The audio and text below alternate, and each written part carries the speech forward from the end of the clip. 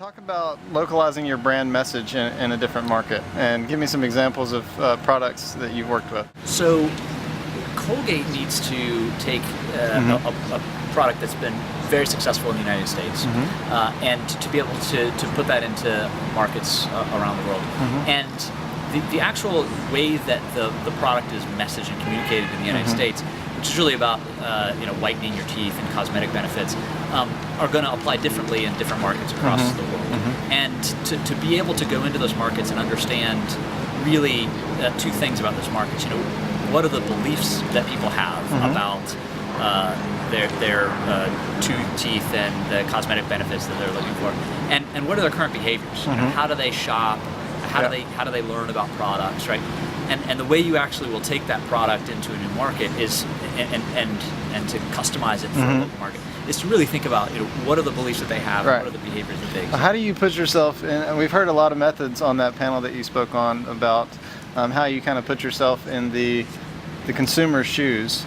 You spoke about this concept of ethnocentricity, that's kind of the death knell for cultural understanding and marketing success.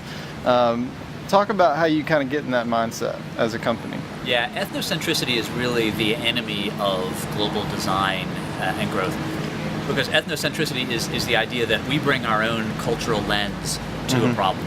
And so one of my favorite examples is when you give a mosquito net to a family in India, it's the father who actually gets the mosquito net. In the US, we'd think, well, maybe we give it to our children and protect our children. But in India, it's the father who's the breadwinner, and so they give it to the father so that he can continue to go to work and to make an income to provide for the family, right?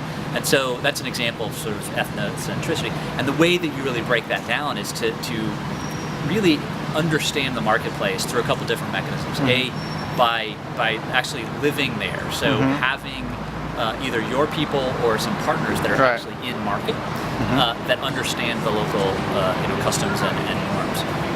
Another one is sort of walking a mile in their shoes, and so Coca-Cola talks about actually going and working in a mom and pop convenience store for a day to really understand what it's like to merchandise the products that Coke is trying to distribute in that market.